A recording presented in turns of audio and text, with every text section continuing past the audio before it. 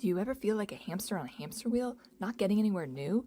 Perhaps you've hit a plateau that has you asking, is this it? Have you accomplished all you've set out to do in life and are not feeling as fulfilled as you thought you would? It is normal at midlife to reassess what's working for you and what's not.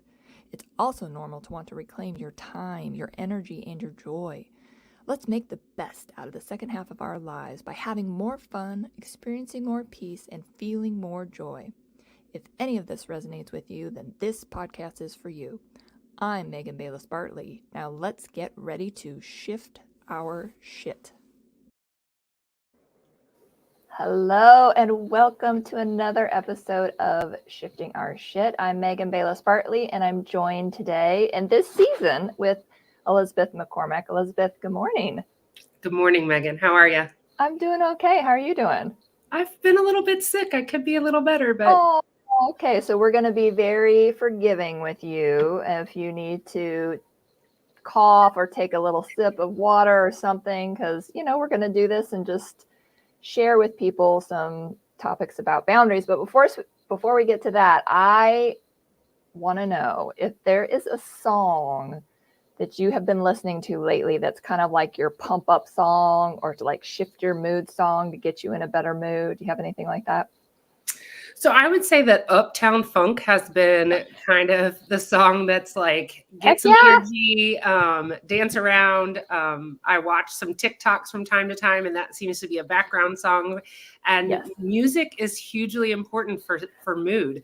Oh, it's amazing how much that changes how we feel is by listening to music. And so music is a tool in your toolbox to affect how you feel and what's going on in the space around you. And so I find Uptown Funk is a fun one. Nice. Of course, the new release of Taylor Swift music has also been big on repeat play in my car. Yes. Much to the eye rolling of my teenagers, but well, teenage boys.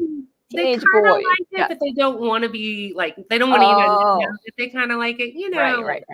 It's not cool. Sure. If your mom's listening to it. So right. Well, it's funny that you say we were talking about music because on my little November calendar, which is probably going to be backwards, it says music is the shorthand of emotion. So music is super important to help, can help shift us, you know, and fairly quickly. I mean, most songs are like 3-4 minutes long, you know, like my song lately, I'm a Swiftie. I have been a Swiftie for a long time. I owned her 1989 album and got tickets to her concert like 10 years ago, but I had to sell them because someone ended up getting married that weekend and I couldn't go. So my daughter now, who's 10, of course, huge Swiftie. And so the song for me right now, because I go through all of different, you know, Taylor songs, is Me, you know, Me, which is good that we're talking about boundaries because I feel like that's really applicable of like, you know, all of that focusing on me, which is not selfish, which we will get to, right? Yeah, but absolutely. Yes. So let's just talk about in this part 1 of episode 2, season 3, we're going to talk about just basics of boundaries. I know we kind of talked in episode 1, just like, what's all the fuss about boundaries? We kind of went all over the place of all the different things boundaries could be about. But, you know, what I really like about what you have to say about boundaries is you make it really simple and you bring it back to the person, you know? So tell us about like the need for self-awareness and how that relates to having good boundaries. Yeah, I did want to kind of preface our conversation today because I went back and listened to our previous conversation as well. And we use a lot of therapy shorthand that is, you can tell it's like 2 therapists just talking about the stuff, acting like that's everyday communication and stuff that everybody knows about. And I was like, oh, we probably need to put a pin in that one and go back to that and kind of talk about all these different maybe theories or kind of being more specific. So as you all, as the listener can kind of tell, Megan and I have been friends for years. Even as she was mentioning like, oh, I couldn't go to Taylor Swift because I had to be at a wedding. It made me think, oh, well, when my husband and I were at Megan's wedding, he was super bummed to not be in town in Austin longer because there's all these music venues and we were busy doing wedding stuff for Megan's wedding. So I just want, the average listener to kind of know, like, yes, we've been friends for a long time, and there's probably places where we need to slow down because we're in therapy speak and true. not really giving all of the information or things you might want to like go back to and kind of look up. And so I think some of that today, we can the basics are to kind of go back, slow us down a bit and talk about some of this. The first thing I kind of want to say is the difference between therapy and kind of what we're doing. So a lot of what we're talking about is stuff I talk about in therapy, but the difference is that this is psychoeducation. This is educational information. This is not your therapy. We're not your therapist. This is an opportunity for you to learn some new vocabulary, some new understanding about how you interact in the world and in your relationships. So I just kind of wanted to say more specifically that therapy is the opportunity to dive deeper into why you feel the way you feel, what were your experiences in early childhood that may be linked to why things trigger you now. It's going to be this educational piece in therapy, but then it's very specific to your own situation and diving deeper into, okay, how do I stop becoming reactive to this particular topic or experience that I keep having with a certain person or in a certain environment. So I just kind of wanted to give a little bit of a preface for this is psychoeducation. This is just what we do in therapy, is to provide education on how we feel, on being self-aware, on understanding the dynamics of communication. These are all little pieces that will give you kind of metaphors, and we'll give you little tidbits or little ideas of things to think of when we're talking about these different theories within therapy, whether that's a particular therapeutic technique or that's theories about relationships and how people interact. So I just kind of wanted to set the stage of hopefully Megan and I can both be pretty good about when we're using acronyms or different things to explain that a little bit further. So in the basics, the first thing that I think was helpful that we mentioned was just about being able to understand yourself and being able to name your own feelings and having really strong feeling identification. A lot of our times, and as Megan kind of mentioned, the top 4 things that we feel are mad, glad, sad, and afraid. Those are kind of the very beginning of feeling identification. And I'm sure lots of people have seen the numerous emojis of different emotions and kind of working on correlating the feeling word, and the facial expression, because we see all of those pictures of those little faces, whether it's, a smiley face that you send in text and one that's like laughing hysterically with tears coming down their eyes. Like, you see that and you have an association of what that feeling, what that means, humor, that is funny. And so having some basics there is really helpful to better understand what you're feeling, to say we feel more than one thing at a time. There's different situations that you're going to be in that you're like, this is a really happy feeling, but it's also sad or emotional in another way. A good example for me in the past couple of weeks is that it was my senior son's senior night for band. And I'm very proud of him. He has worked so hard as a high school student, much harder than my husband or I ever did. And we're so proud of him. And he's been involved in playing the bass guitar in the band. And then we'll move on to jazz band here in the winter and spring. So we were on the football field walking with my son. I'm so proud of him. He's in his band outfit. But at the moment, I'm also like, oh, this is kind of the end of something. As much as I'm celebrating his accomplishment, it's also this combined feeling of happy and a little nostalgic. And it's a little of, oh, this is going to be kind of the last time I do something like this with him. And so there's those mixed feelings where I'm really happy, but I'm also feeling some other things of emotion. And I'll do that, and I'll have those feelings around birthdays. I'll have those feelings around holidays where it's like Halloween and I'm like, oh, this might be the last time you're a little kid dressing up for Halloween, or I get to choose something. And so I think we have those experiences off and on all the time. And sometimes we just need a little stop, think, identify. Yes. And that can Stop. be really. Yeah, let's say that again. Stop, think, identify. And, you know, our emotions, as much as we talk about kind of thinking through, how do I feel, thinking through, that has to do with your brain development. And so if we talk a little bit about your brain, I like to use the Dan Siegel hand model of the brain. And so when we talk about the brain, and I do this for little kids, but I think it's helpful for adults, we pretend that this is your brain and that this part of your brain is your amygdala. That is where your fight or flight reactions kind of happen. And a lot of core memories come from that area of the brain. We also know that the hippocampus lives right behind that section of the brain. And so it's important for us to know that all of those feelings, when we say something like, I feel flooded, meaning there's just lots of feelings, it's typically because we're in that core area of the brain where our prefrontal cortex, which is our fingers, that portion is the think about how I feel. That's the portion where we have to be regulated, meaning we have to be aware and kind of in our best self to be able to think about, okay, how would I describe how I'm feeling? If we're in that primitive place, we have a lot of reactionary behaviors. We have a lot of stuff that's kind of out of control.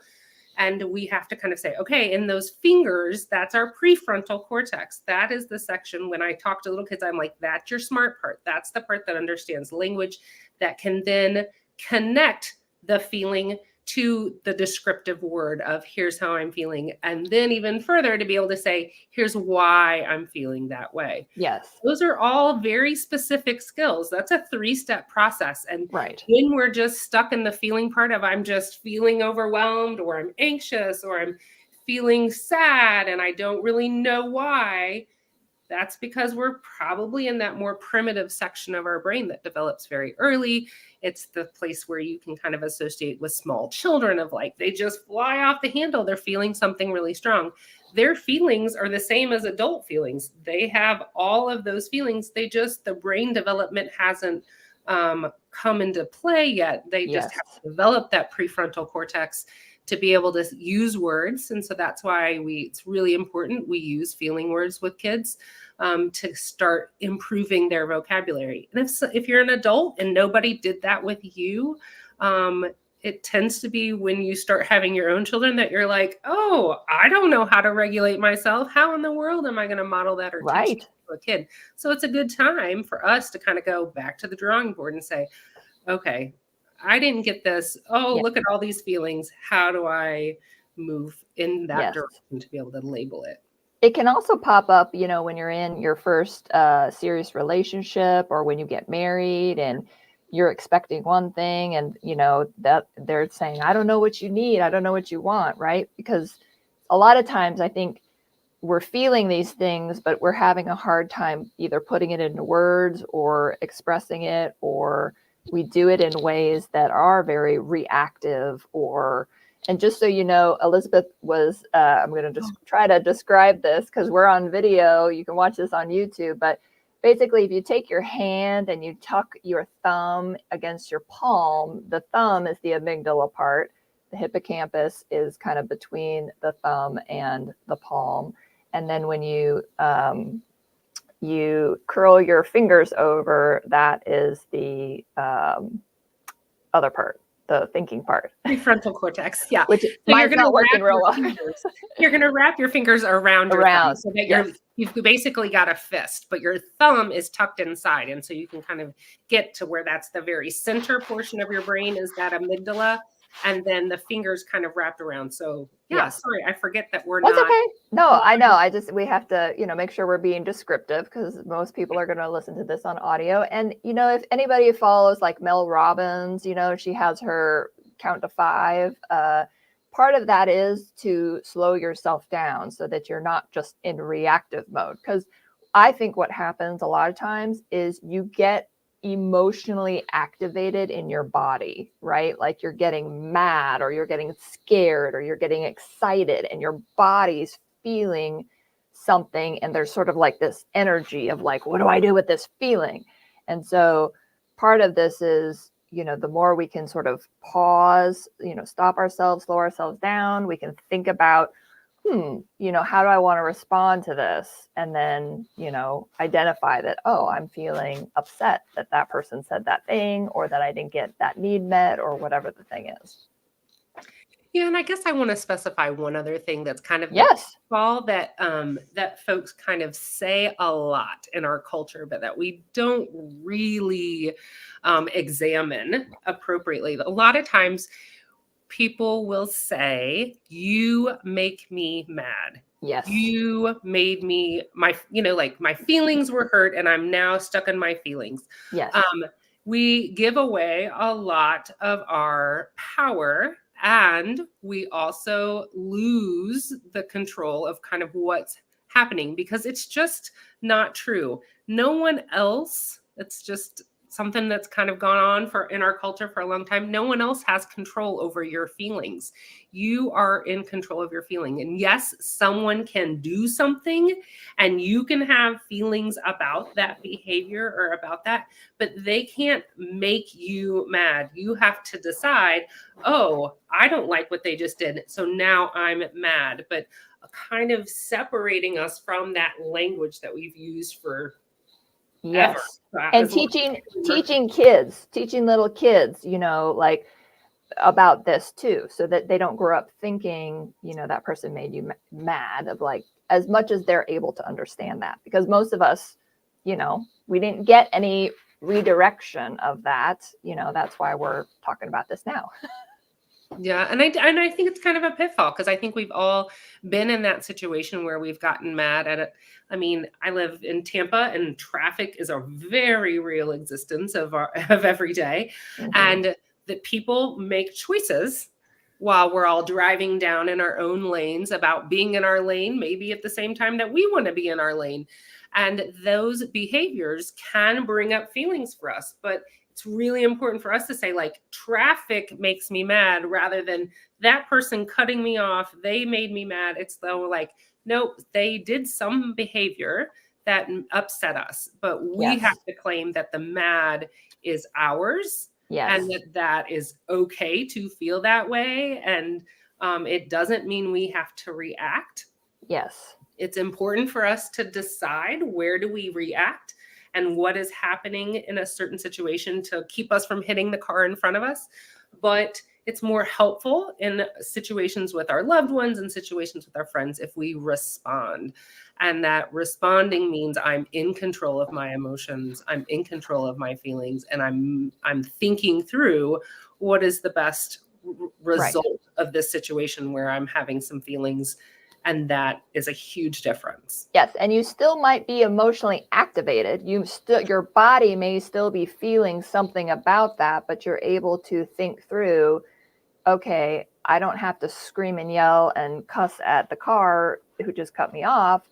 I can have a different response, which we're going to switch over to part 2, and we're going to talk about how to, we're going to talk about expectations, and how expectations, of how we want other people to drive around us affects what happens when somebody cuts us off, right? We'll dive into that. And if you are a high empath or a highly sensitive person, let's dive a little bit more into that, because those feelings can get pretty big too. So join us in part 2, and we'll see you in a bit.